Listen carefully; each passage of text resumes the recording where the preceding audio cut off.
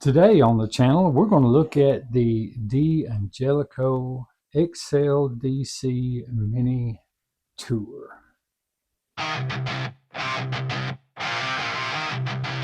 Hello, string pickers. Run them to the noise.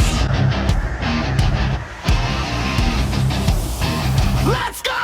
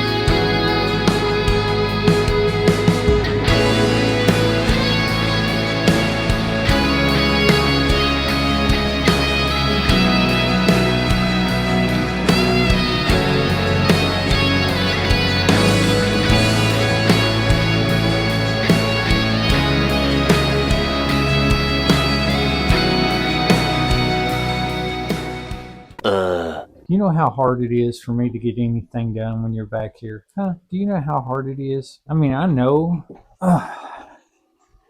that you're the manager and everything, but can't you just be bossy somewhere else? Huh? Do you have to watch every move I make? Well, string pickers, the boss is in here today. A lot of you that are new to this channel, this here is Mr. Bick.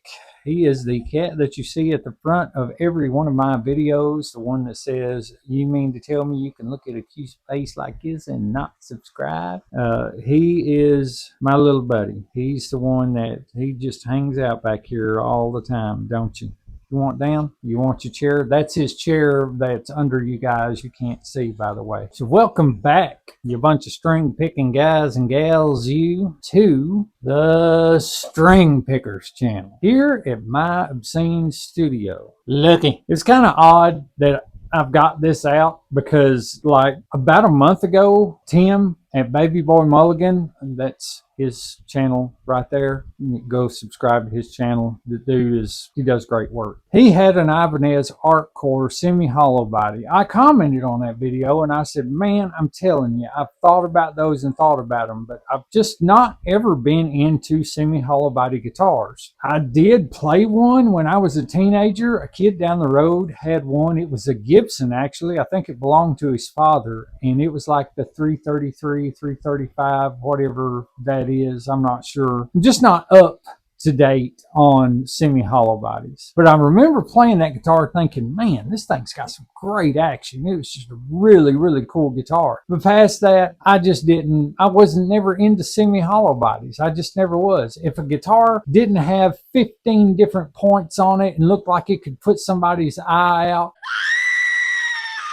I just wasn't into it. So I had a customer contact me, a guy by the name of James, and told me he wanted to bring me a guitar to set up. He wasn't really 100% in what he was telling me was wrong with it. He just said, need to set up. That's all he said. Most of the time, string pickers, when I hear something like that, usually what shows up needs a whole lot more than a setup. Go back to the Timu Telly and you'll see what I'm talking about. That thing would have been better off as firewood. However, when I got this guitar, I pulled it out of the padded Dangelico branded gig bag that it had with it.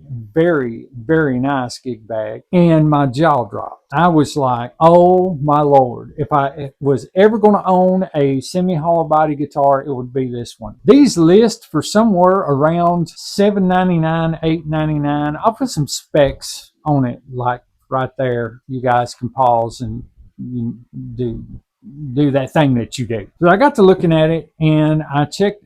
Vic, what are you doing? Here, let me scoot you out just a little bit. Jeez. I'm sorry, guys. Vic is making his run of the place. Yeah, he's a good boy. Who's a good boy? So anyway, I was looking at this guitar thinking, what is wrong with it? Guys, the string height at the 12th fret was about 225 on the bass side and about 2 on the treble side. So I could already tell that the bridge was way up and the tailpiece was bottomed completely out. I'm not sure if you guys have ever done this. When your string goes over this saddle and down to the tailpiece, it should not touch the outside edge of this bridge. Every one of them were touching. If you can get them up off enough of that to be able to slide a folded post-it note between the string and the edge of that, you're good to go. That can cause problems. So I knew that was going to have to be done. I knew the bridge was going to have to be lowered and the action worked on.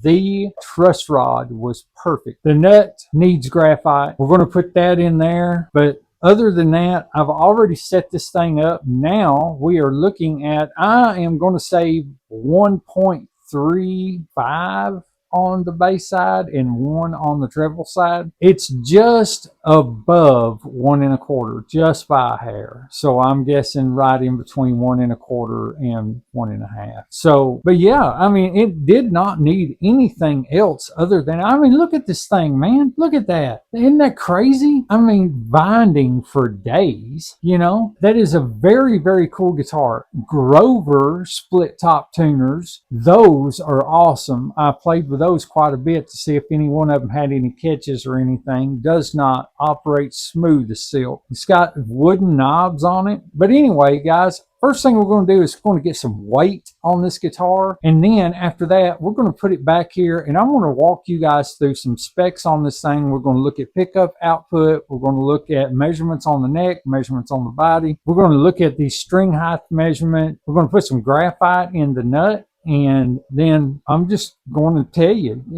I love this thing. You ain't even got to wait till the end of the video to get a rating. I'm going 4.8 all day long on this guitar. It's just an amazing guitar. I would pay $300 for this all day long and twice on Sunday. So let's get a weight real quick. I'm going to go with right around 6.5 on this thing. I think that it's light. It's a lot lighter than what I'm normally used to. So let's check this out and see what we can get. Yep, I called that one. 6.61 string pickers. I figured it felt a little bit lighter than most of the guitars that you get because, semi-hollow body and everything. So anyway, how about we put this thing on the bench behind me and we do a deep dive into this thing. Check fret ends, look at everything about this guitar. I'm just going to tell you right now, if you see one, buy it. He picked this up for $300 on Marketplace with a gig bag, branded gig bag, I might add, and a guitar stand that has the locking head or neck thing on it, that you put it in and it locks. So he come out on top with this guitar. As soon as I seen it, I told him, I was like, dude, I'll give you your money back. Of course, he didn't take it. So yeah, let's go ahead and get on the bench back here and get to work on this guitar, getting to look at the specs and let you guys know what it's all about. A few moments later. Okay, string pickers, here we are with the Dangelico semi-hollow body. This thing has binding for days. Just look at that binding. That is just amazing. Binding around the F-holes on the guitar. This is a brushed nickel hardware, brushed nickel pickups. These pickups are Supro pickups. And it's got the Dangelico wooden knobs on it. Very smooth pots, potentiometers. And then we have binding along the neck here. String alignment is fantastic. Looks great. And then we come up here to our bone nut, and we are looking at Grover split top tuners that feel really, really nice. I've checked these out a few times just turning them, and there's no catch, no play anywhere in that. And what we have here is a mahogany maple neck for stability, and it's really stable. This looks like it is a neck through construction, but actually this is a set neck. And then we have the binding on the back of the guitar as well, all the way around. Just an amazing instrument, just simply amazing. 12 seconds later. Also wanted to mention that the back is arched as well, is raised up, as well as the front of the guitar. This thing, guys, it just blows me away. I wish I'd have found this before he did, because it's just fantastic. I mean, just such a great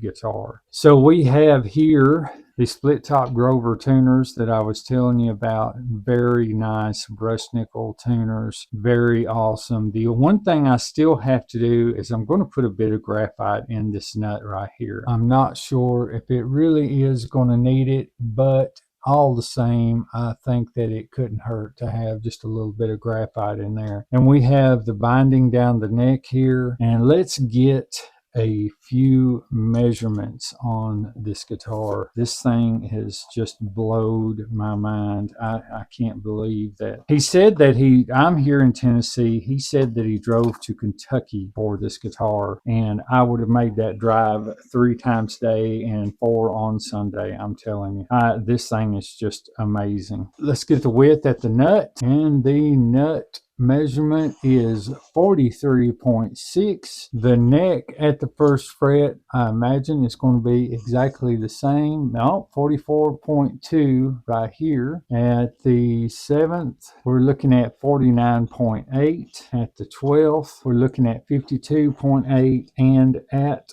the 22nd fret, 57.4. Okay, and we are looking at now the action. I told you what it was a few minutes ago, but I'm going to give you millimeters and give you the standard measurement for that. I'm going to need my little pen light because this is black. It's hard to see. And we are looking exactly at where I said it was, right at 125, just a hair above. I'll call that 1.3. And then on your standard measurement, we are at 0.05, and then on the treble side we're looking at 1, and then that measurement is going to be 0.04, just a little bit above 0.04. As far as our string alignment goes, we're looking at 5 millimeters from the edge of the binding on the fretboard here. And let's slide under here, and we are looking at 5 millimeters on that side. That is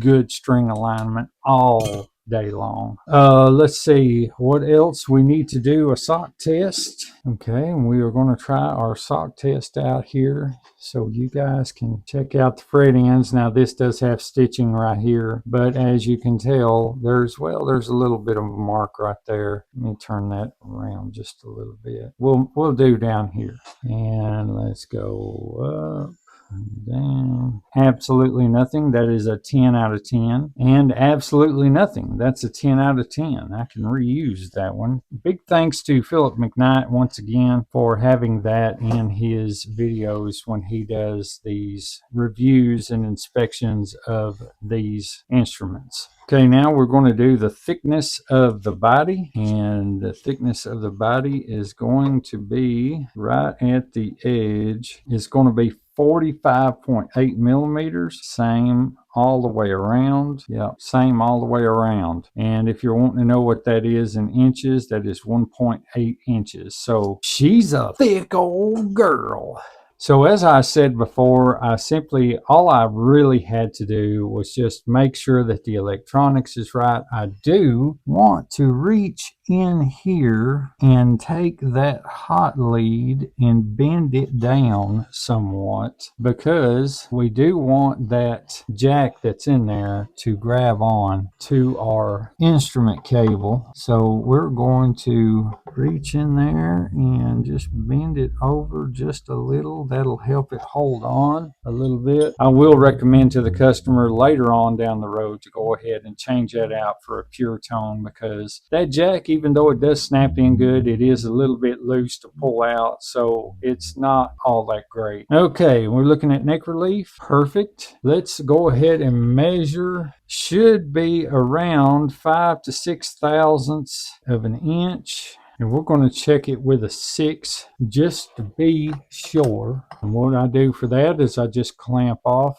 at the first fret here. Usually place our thumb down on the string right where it meets the body here, and then just slide right up and under, and it's perfect. That is exactly 6 thousandths of an inch. Exactly there too. Exactly there too. So we're at 6 thousandths of an inch on our relief, which is where I really like for the relief to be. You don't want too much relief or not enough relief. Too much relief is going to make it hard to play and cause buzzing up here. Not enough relief is going to make it easier to play, but a lot of buzzing down here. So about 6 thousandths of an inch is really, really good for this guitar. Of course, at this price point, that's kind of where you want to be with this guitar, is in that area. So let's check the pickup outputs on the bridge and neck.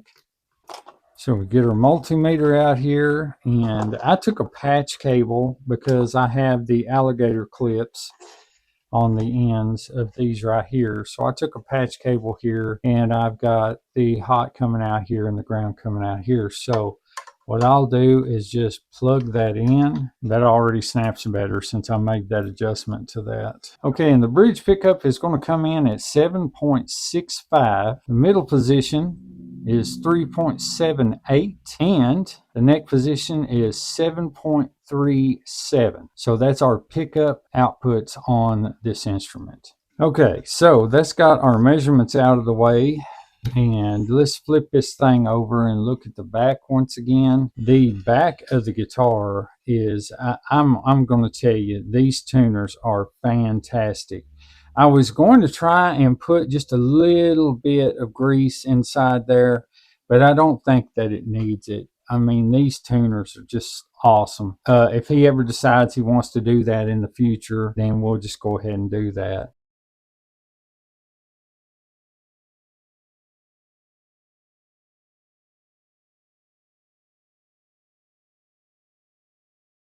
So that's got that done. Normally when I do that, as soon as I get done, I do wipe off the top of the nut, because you don't want it to look all shabby looking, if you know what I mean. But yes, it's a fantastic guitar, just absolutely fantastic. The XL Series Mini DC Tour is what this thing is. And then let's hear it acoustically. Let's get a pick here without being plugged in.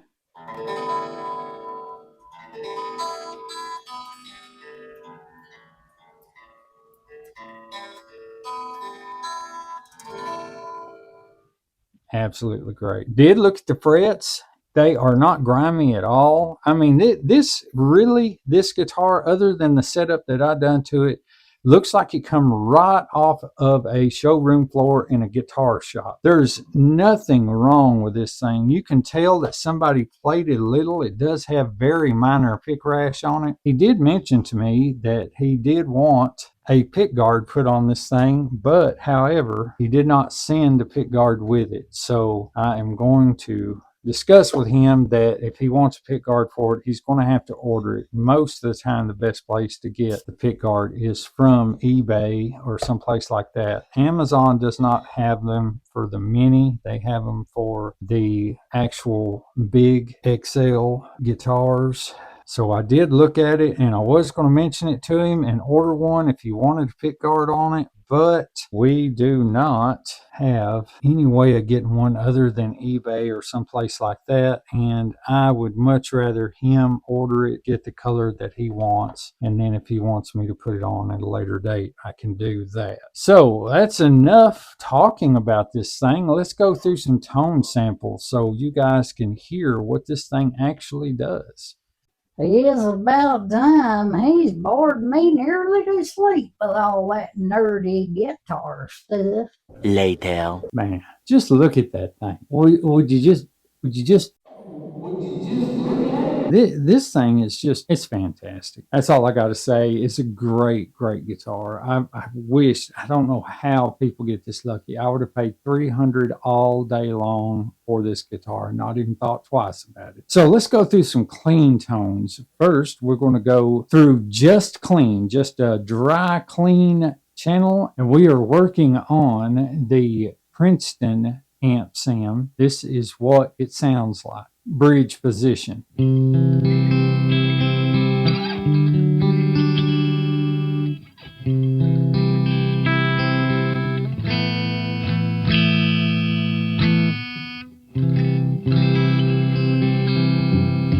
Middle position.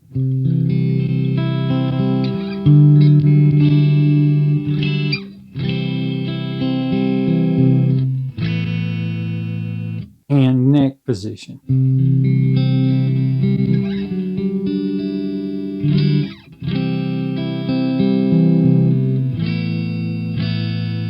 Okay, now that we've got that out of the way, let's go to an overdrive sound. Okay, this is the overdrive through this guitar. We are running through a 1973 twin reverb, and the overdrive that we're using is a Boss Blues driver. This is the bridge position.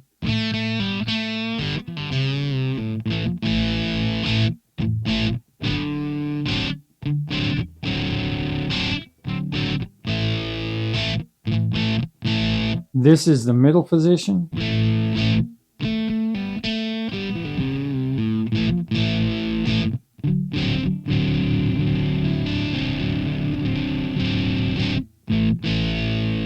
And the neck position.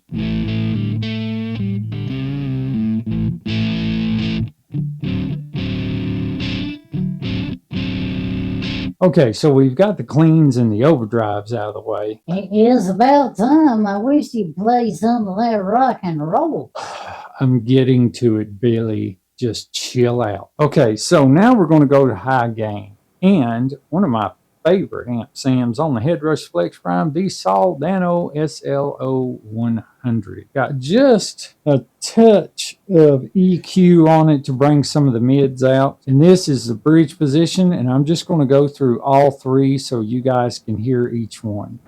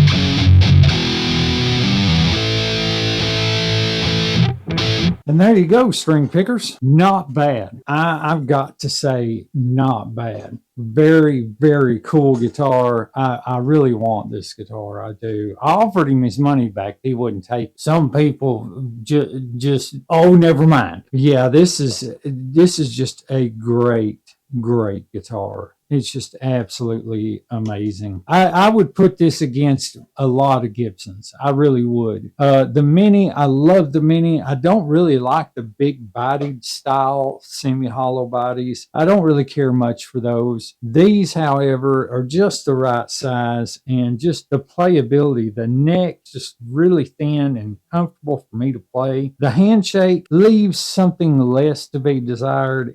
I can still reach that 24th on the top with my middle finger, but it's not really comfortable up there. However, you can get to everything down here really easily. We've adjusted the pickup height. We've done just about everything that we can do to this guitar. I really hate to let this one go back, man, because it's a lot of fun to play. Just a lot of fun to play. I really do enjoy working on instruments of this caliber, because most of the time it doesn't take a lot, and when you do make the right adjustments to these and you do get everything fit to where it is supposed to be, they're just great playing instruments. Now the frets look almost ball end, but they're not. They're just really well done traditional fret ends. I mean, just really well done. I was thoroughly impressed with that. There wasn't one raised fret on this fretboard. All of these frets were level. I was going to do this on camera, set it all up for you guys, but it didn't take no time to do it. It only needed just a couple of things here and there, and that was it. But yeah, man, I know that James is going to be happy with this when he gets it back. He's going to love playing this instrument as much as I do. And it's been an absolute pleasure to have it here in the studio. Just goes to show you, string pickers, you can find gems out there amongst the mud, dirt, and rocks that you can get every single day. And even guitars that are bad, you can make them good. However, sometimes you get lucky and you get a guitar that you have to do really nothing to. I mean, just nothing. For $300, you got that, a very, very nice padded, branded case gig bag to go with it, and also got a guitar stand. And I would have drove all day long for that. I mean, are you kidding me? I'd have probably done it on a bicycle. But that's just me, guys. I have an addiction. It's called guitars. That's what I do here. This is the reason why I do this stuff. It's because I love guitars. I love music equipment. It's just awesome. It's awesome. But guys, that's all I got for you in this video. I'm sorry if this was a boring one. I really just wanted to film this guitar and show you guys that these Dangelico guitars are just money. And I really do appreciate y'all stopping by and watching this video. As of right now, though, I pray that you and yours are having the most blessed day ever. And I pray that God is with you all. Until next time. Later.